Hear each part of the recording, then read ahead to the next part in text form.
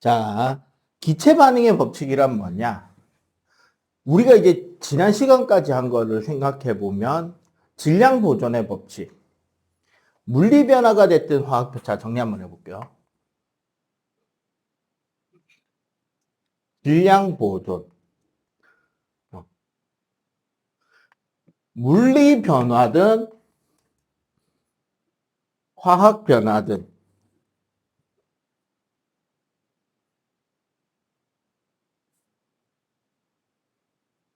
반응 전후에 뭐가 일정하다? 그렇죠. 질량이 일정하다. 일정 성분비. 무슨 반응에서 지켜지죠? 일정 성분비는? 물리 변화, 화학 변화다. 내 화학 변화만 돼. 일정 성분비 법칙은 화학 변화, 즉 우리가 반응이라고 하는 화학 변화에서만 적용이 되고요.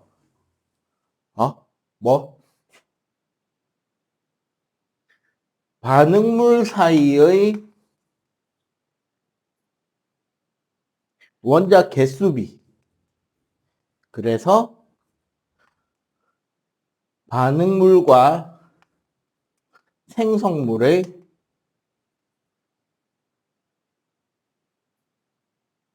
질량비가 일정하다. 요게 우리가 이제 지난 시간 2번에 걸쳐서 배운 질량 보존 법칙과 일정 성분비 법칙이죠. 응? 그런데 게이리 이삭이라고 하는 과학자가 실험을 하다가 재밌는 규칙성을 하나 더 발견해요. 무엇을 발견하냐면, 게이리 이삭 이야기 하기 전에 우리 이제 원래 화학에서 되게 중요한 사람인데 잠깐 빠진 사람이 있어요. 요 단계에서. 돌턴이라는 과학자가 있습니다.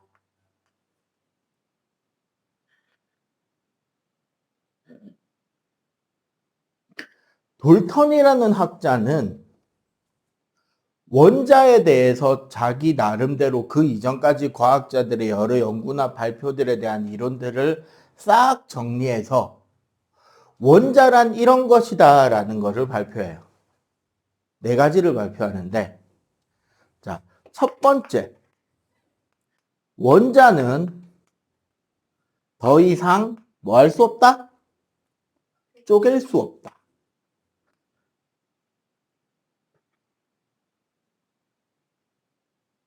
두 번째, 같은 원소에 속하는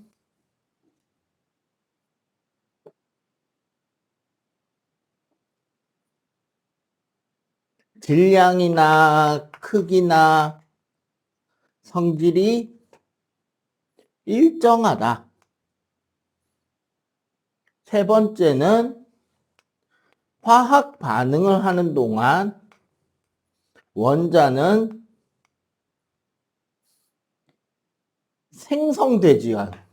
생성 안 되고, 소멸 안 되고, 다른 원자로 변하지 않는다. 그리고 4번째로 화학 반응 시 원자는 반드시 일정한 개수비를 지켜서 화학 반응한다라는 거예요. 요 2명의 내용이 여기 있는 거 알겠어요? 질량 보존 법칙은 뭐예요? 그러면은 질량 보존 법칙이 뭐로 간 거다? 돌턴의 원자설 3번이죠. 화학 반응이 일어나도 원자의 종류와 개수가 변하지 않는다는 소리잖아. 그러니까 반응 전후의 질량은 일정하게 유지돼야 되는 거고. 얘가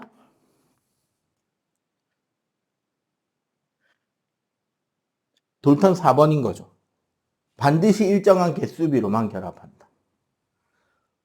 그리고 생각해 보니까 요 1번 어디서 본 것 같지 않냐?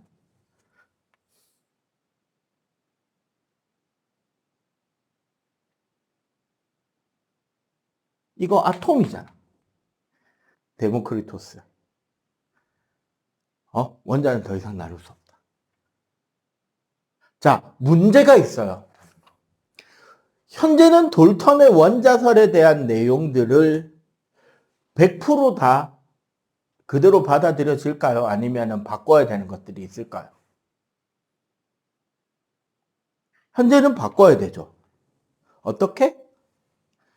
1번은 어떻게 바뀌죠? 원자는 나눌 수 없나?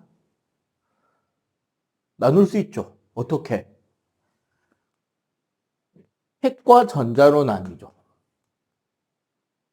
그리고 다시 핵은 양성자와 중성자로도 나뉘고 또 요기랑 관련해서 핵분열이거나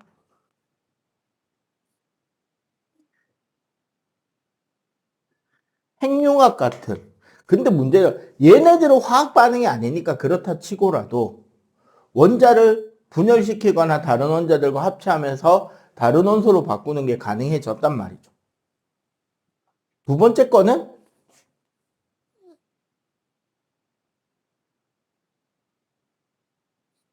동위원소라는 게 발견이 돼요. 동위원소라는 것은 양성자수와 전자수는 일치하는데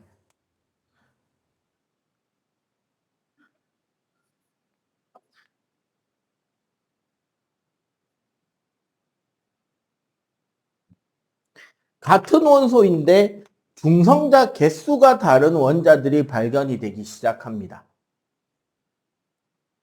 대표적으로 그냥 수소가 있고 중수소가 있고 사람이 만들어내는 삼중수소라는 것도 있어요. 그 스파이더맨에서 옥토퍼스 박사가 그린고블린 아들내미한테 내놓으라는 트리튬이 삼중수소거든. 우라늄도 235짜리가 있고 238짜리가 있고 산소도 16짜리랑 18짜리가 있고 탄소도 12짜리, 14짜리가 있어요. 질량수가 다른 것들이 존재를 하더라는 거지. 근데 어쨌거나 적어도 우리가 중등 과정에서 1, 2, 3을 이렇게 바꿔야 되긴 하지만 기본적으로 중등 과정에서 특히 화학이라는 단계에서 이 돌턴의 원자설은 대부분 다 적용이 됩니다. 그러니까 요 개념은 적어도 라부아지에, 프루스트, 이 질량보존 일정 성분비 이 시대에서는 적어도 뭐 하고 있었다? 성립이 되고 있었다는 거지. 과학적으로 이 내용을 지켜야 한다라고 이야기를 하고 있었다는 거야. 그런데 게이리삭이라는 과학자가 아주 재밌는 규칙성을 발견하면서 이야기가 바뀌기 시작해요. 그래서 기체 반응의 법칙을 이야기하려면 돌턴의 원자설에 대한 개념을 알아야 되기 때문에 돌턴의 원자설을 간단하게 이야기를 하고 시작하겠습니다. 오케이? 일단 요거부터 필기해놓자.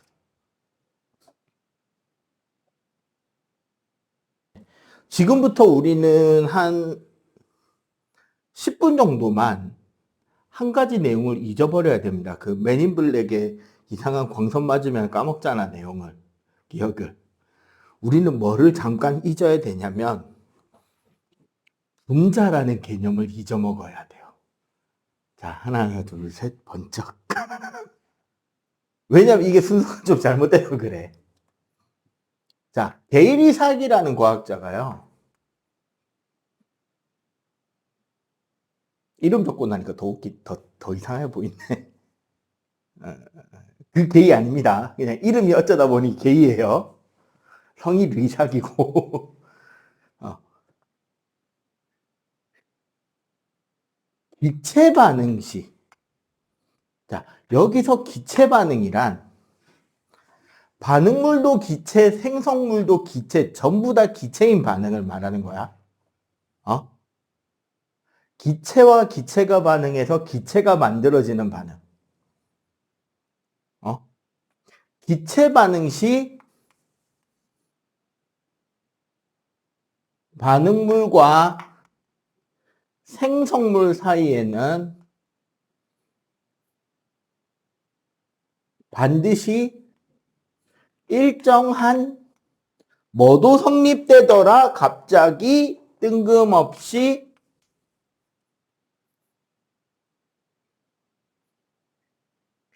부피비도 성립되더라.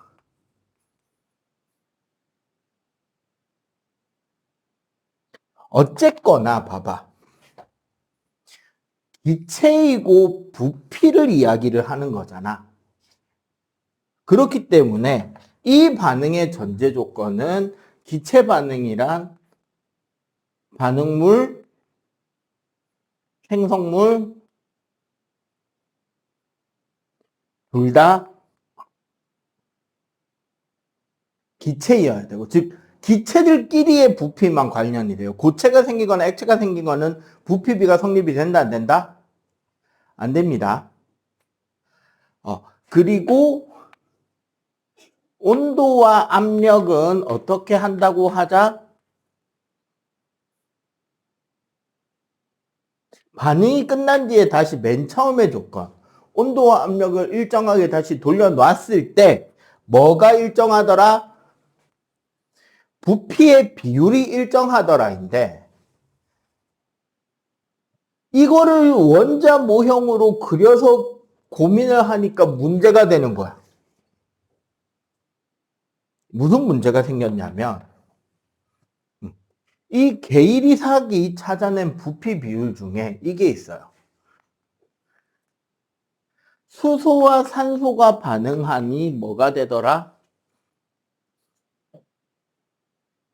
수증기가 만들어지잖아요. 기체의 반응이니까. 수소와 산소가 반응해서 수증기가 만들어지는 이 반응에서 부피비가 2대 1대 2의 비율이 나오더라는 거지. 자, 눈치 빠른 사람 이 숫자가 익숙할 겁니다. 이거 무슨 화학 반응식에? 네, 개수비죠. 근데 이거를 가장 큰 문제가 뭐냐? 우리는 이미 분자라는 개념을 배웠잖아. 맞지? 게이리삭 당시에는 아직 분자라는 개념이 만들어지기 전이에요.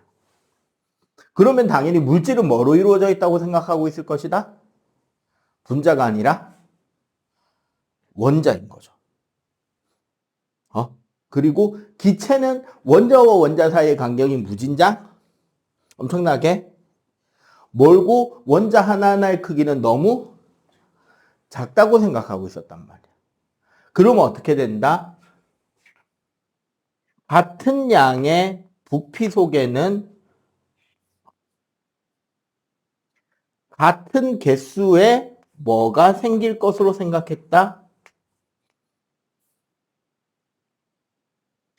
같은 양의 부피 속에는 같은 양의 원자가 들어있을 것으로 생각한 거예요. 그래서 가장 큰 문제가 생겼어요. 자, 수소 두 부피니까 수소 원자 2개.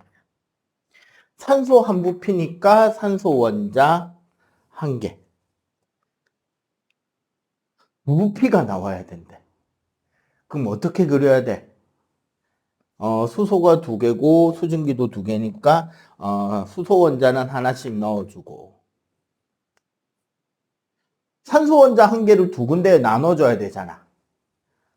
그래서 어떻게 하자? 저기 냉면지처럼 산소를 이렇게 잘라서. 자, 뭐가 문제야 지금 이제. 방금 우리 배운 바로 앞에 칠판 필기한 걸 바탕으로 지금 무슨 문제가 생겼어? 네, 원자를 쪼개버렸죠. 이러면 돼, 안 돼? 안 된다고 생각했잖아. 그럼 원자를 안 쪼개려고 하다 보니까 무슨 문제가 생긴다?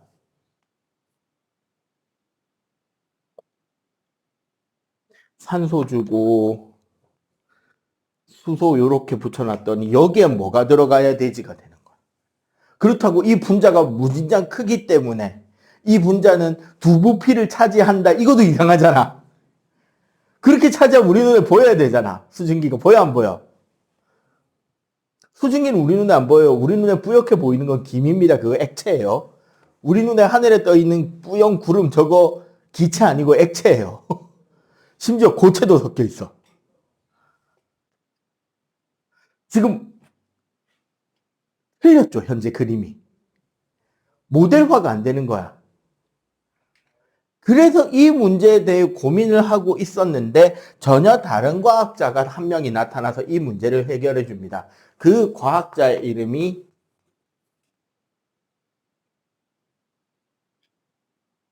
아보가드로라는 과학자예요. 아보가드로는 기체에 대해서 뭐라고 이야기를 하게 되냐면 기체란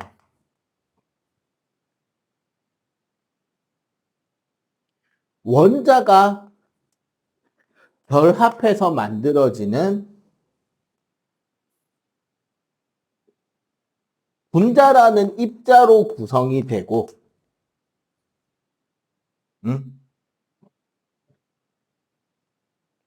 동일한 온도와 압력일 때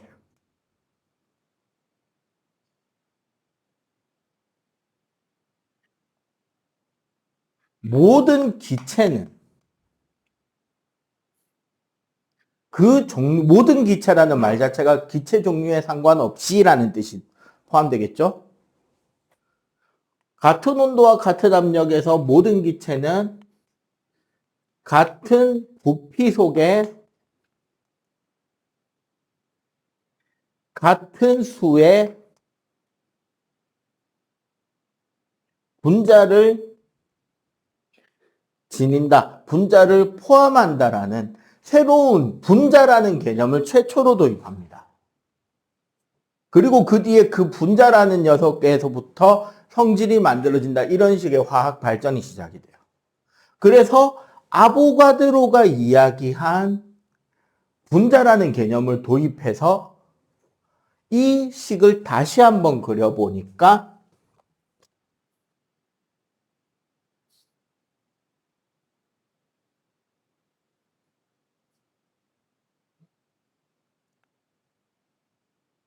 애시당초 수소가 원자가 아니라 무슨 상태? 수소 원자 2개씩 붙어 있는 분자 상태.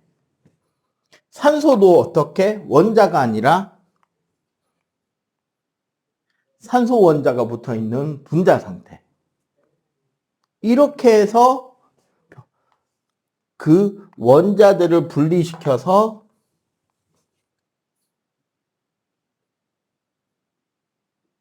만드니까 돌턴의 원자설 위배해야 하네. 안 하죠. 질량보존 성립돼 안 돼? 성립되지. 일정성분비 법칙 성립돼 안 돼? 성립되잖아. 그러고 요 모델을 그대로 식으로 적으면 뭐가 된다? 2개의 H2가 1개의 O2와 결합해서 뭐가 만들어지고 있다?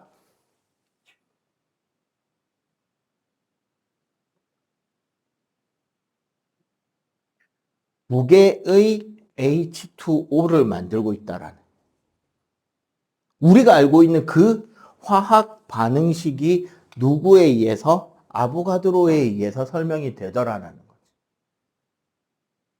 분자라는 개념을 도입하면서 원자를 쪼개야 됐던 그 이전 원자로 모든 물질이 구성이 된다는 개념을 수정하고 아무런 오류가 없는 새로운 이론을 정립할 수 있게 되었죠. 이렇게 되면서 결국 화학 반응식의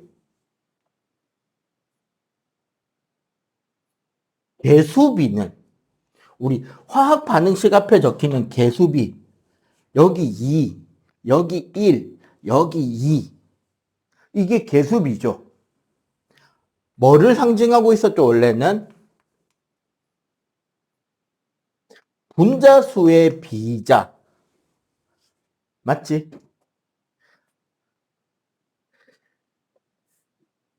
일정 성분비에서는 반응비가 되죠. 맞지? 그리고 기체 반응에서는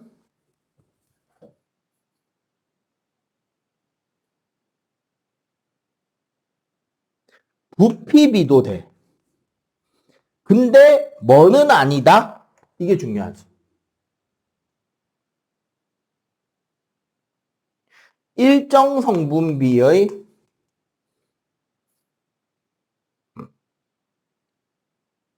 질량비라고 하면 된다, 안 된다? 질량비는 아니죠. 2대 1대 2가 질량비인 건 아니잖아. 반응하는 분자수의 비이고, 결국 반응하는 원자 개수의 비율에 참고가 되고, 기체 반응이면 부피비는 되는데, 일정 성분비의 질량비는 아니다라는 거지. 그러면은 이런 분자를 가지고 대입해 보면 우리가 말하는 암모니아 반응이라던가, 그 다음에 염화수소를 만드는 반응식의 부피비를 뭐 할 수 있다? 화학 반응의 개수비로서 우리가 뭐를 해볼 수 있다? 추정해 볼 수가 있다는 거죠. 우리 그거 잠깐 보자. 봐봐. 우리 염화수소라고 수소랑 염소를 반응시키면 만들어지는 가스가 있거든요. 수소 기체와 염소 기체를 반응하면 두 개의 염화수소라는 물질이 만들어진단 말이야. 자, 이 반응식의 부피비 몇 대 몇 대 몇? H2 더하기 Cl2는 2HCl. 몇 대 몇 대 몇 부피비가? 1대 1대 2. 반응 전후의 분자 개수 비율도 1대 1대 2. 분자수의 비는 여기는 1대 1이지. 근데 자 물어보자. 반응 전후의 분자수는 반드시 일정하게 유지되나요? 증가하나요? 감소하나요? 그때 다르냐요. 반응 전후의 분자수는 증가한다, 감소한다, 일정하다, 그때 다르다. 어느 거? 그치, 그때 다른 거죠. 대신에 반응 전후의 질량은 어떻다? 일정하다, 증가한다, 감소한다. 원래는 일정하다. 알겠어요? 자, 요거 필기.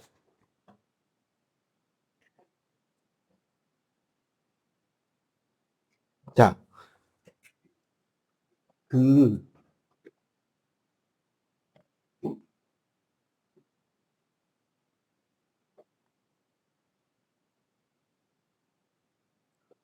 화학 에너지라는 개념이 있어요.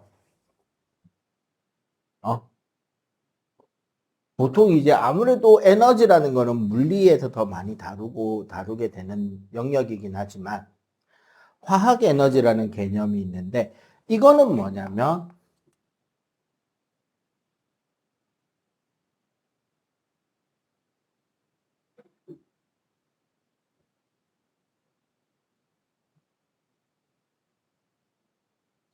기본적으로는 화학 결합에 저장되어 있는 에너지입니다. 그러니까 정확하게는 좀 넓은 의미로 보면 결합에 저장되는 에너지예요. 입자 운동이라든가 이런 식으로. 그래서 어떻게 반응 혹은 물리적 변화에서도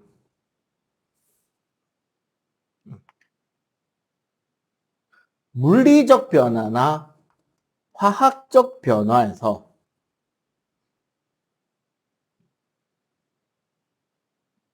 뭐 하게 된다? 이 에너지는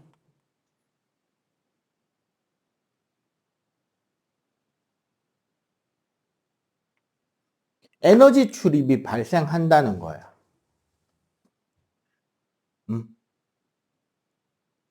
그래서 우리는 이거를 화학 에너지라고 합니다. 이거 여러분들 사실 이 중에 일부는 벌써 배웠어요. 언제 배웠는지 기억하는 사람.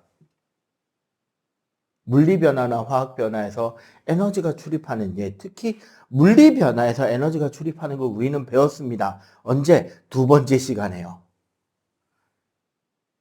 기억해? 두 번째 시간에 뭐 배웠는지.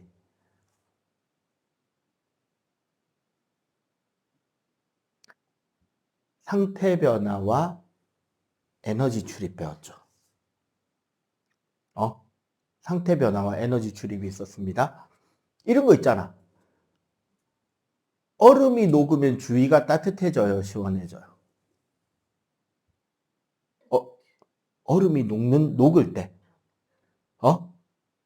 얼음이 녹으려면 열을 흡수해야 돼요, 열을 방출해야 돼요? 그럼 주위의 온도는 낮아지는 거죠. 반대로 양초가 굳으면, 그쵸, 주변의 온도가 높아지지. 그래서 이렇게 상태 변화 같은 물리적 변화에서나 혹은 화학적인 변화가 일어날 때 에너지가 출입하게 되는데 이것을 화학 에너지라고 합니다. 요게 이제 더 단계가 진행된 반응열이 되는데 결국적으로 우리가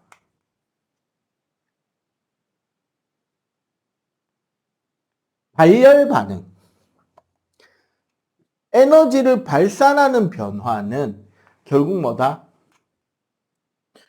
주위 온도를 상승시키게 되는 변화를 우리는 발열 반응이라고 해요. 왜 얘는 발열 반응이 일어난다? 그래프적으로 볼 때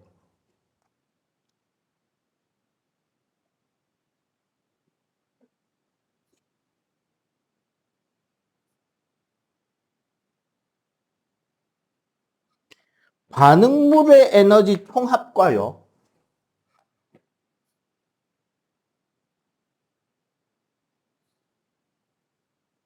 생성물의 에너지 총합을 비교했을 때 반응물이 에너지가 많고 생성물의 에너지가 낮으면 이 반응이 일어나는 과정에서 요 차이만큼의 에너지를 뭐 하게 된다?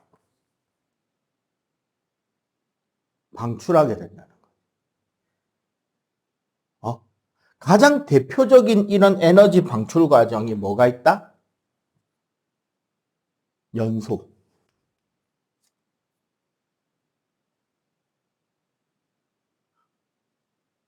산화 반응. 여러분들 핫팩 있잖아. 그 철가루 들어있는 핫팩. 걔가 열이 나는 이유가 이거예요.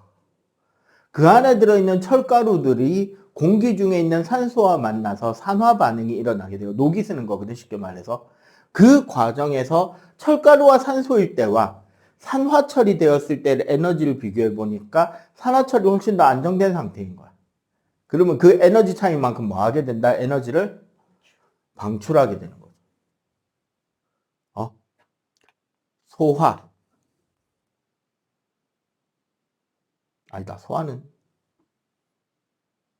소화도 방출 맞구나. 또 우리 책에 뭐 어떤 예들이 적혀 있어요? 에너지를 발열하는 반응, 녹쓰는 거, 연소 반응, 금속과 산의 반응.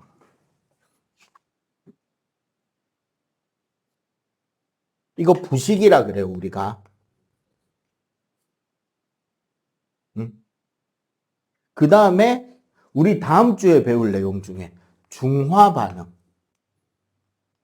산성이랑 염기성 섞으면 열 납니다.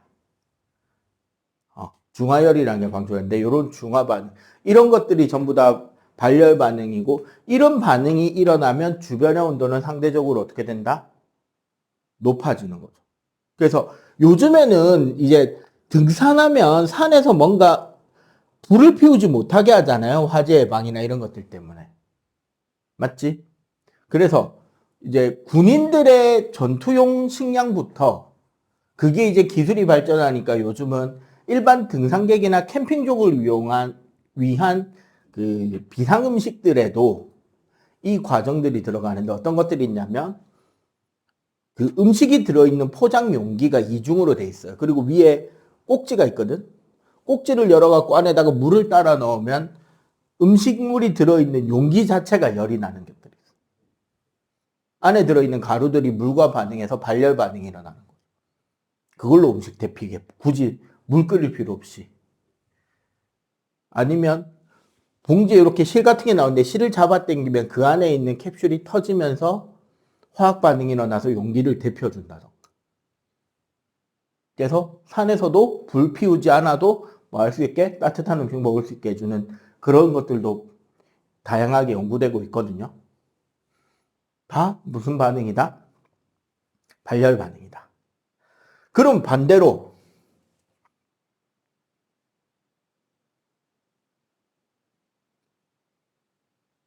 흡열 반응이 일어나면 어떻게 될까? 주위의 온도가 하강되죠. 낮아지지.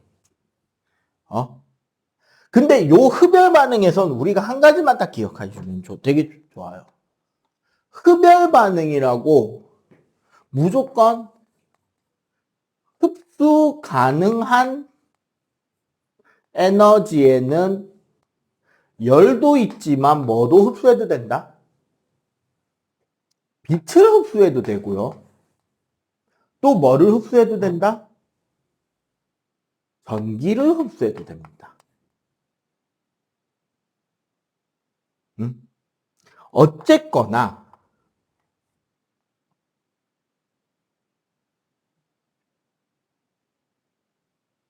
시간이 흐르는 동안 어떻다? 반응물의 에너지가 낮고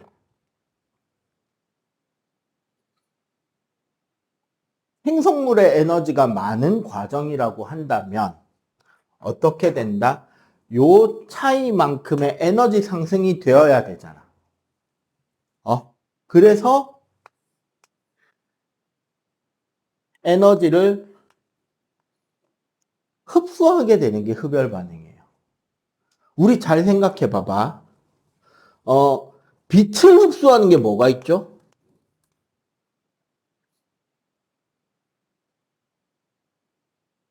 광합성이죠. 광합성이 일어나면 빛이 흡수되는 말이에요. 전기를 흡수하는 거, 전기분해 있죠. 물에 전기를 넣어서 수소와 산소를 발생시키는 장치, 전기분해 있지. 그 다음에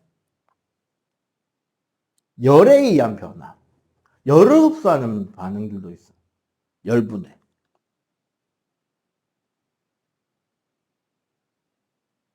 전기분해는 물을 수소와 산소로 바꾸는 거고, 열분해는 산화수은을 산소와 수은으로도 분해가 가능하고. 이거 말고도 흡열 반응에 얘는 땡땡 암모늄이라고 돼 있는 물, 이건 이제 원래 이제 시험 기간에 많이 쓰는 건데, 무슨 암모늄이라고 돼 있는 물질들이 특히 무슨 반응? 흡열 반응에 많이 작동을 해요. 수산화 바륨과 질산 암모늄, 물의 염화 암모늄을 녹이는 거, 이런 것들이 다 어떻게 된다? 온도를 낮춘다. 열분의 탄산수소 나트륨이 있었구나. 그게 분명히 뭐 안 했습니다. 열분의 얘, 우리 달고나 만들기 할 때 있죠. 달고나 만들기 어릴 때 한 번쯤은 다 해봤을 거 아니야. 그 달고나 만들기의 제일 하이라이트가 언제예요? 설탕을 다 녹인 뒤에 베이킹 파우더를 찍어서 젓가락 끝에 살짝 묻혀서 설탕 시럽에 넣고 휙 저어버리면 그 녹아있던 설탕 액체화된 설탕이 확 부풀어 오르잖아요. 그게 뭐냐면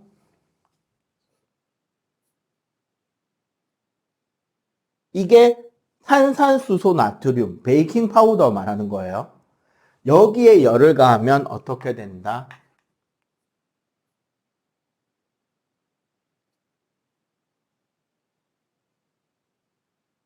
이산화탄소 기체가 방출이 돼요.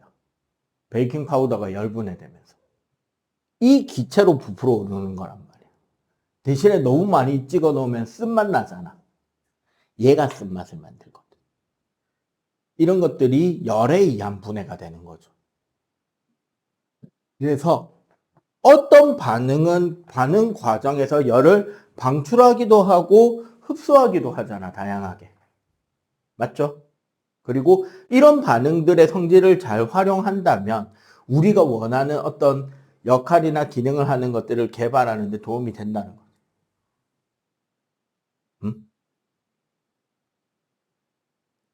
지금 과학계에서 제일 고민하는 것 중에 하나가 식물 없이 광합성할 수 있는 방법이 있는가인 거죠. 그게 가능하다면 인간은 또 하나의 연구 에너지를 얻을 수 있는 거예요. 햇볕은 내려쬐고 있고 그 햇빛을 받아서 식물의 도움 없이도 유기물을 합성해낼 수 있다면 인공적인 광합성을 할 수 있다면 그죠? 인공적인 광합성을 인공적인 산소를 만들 수 있다면 그것만 가지고도 지금 온실효과나 이런 것들을 어떻게 할 수 있다? 엄청나게 줄여서 지구온난화를 방지할 수 있겠지. 식물을 더 심는 건 한계가 있을 테니까. 그렇겠죠? 근데 그게 쉽다 어렵다? 쉽지만은 않다. 자, 발열 반응과 흡열 반응은 여기 요런 다양한 실험 예시들이 있고요. 연료의 연소, 손난로, 발열용기, 제설제, 냉각팩 이렇게 다양하게 있습니다. 예시들 읽고 그 그래프 모양으로 이해를 하면 좋겠고요. 자, 요거 필기하고 145쪽 푸시면 됩니다.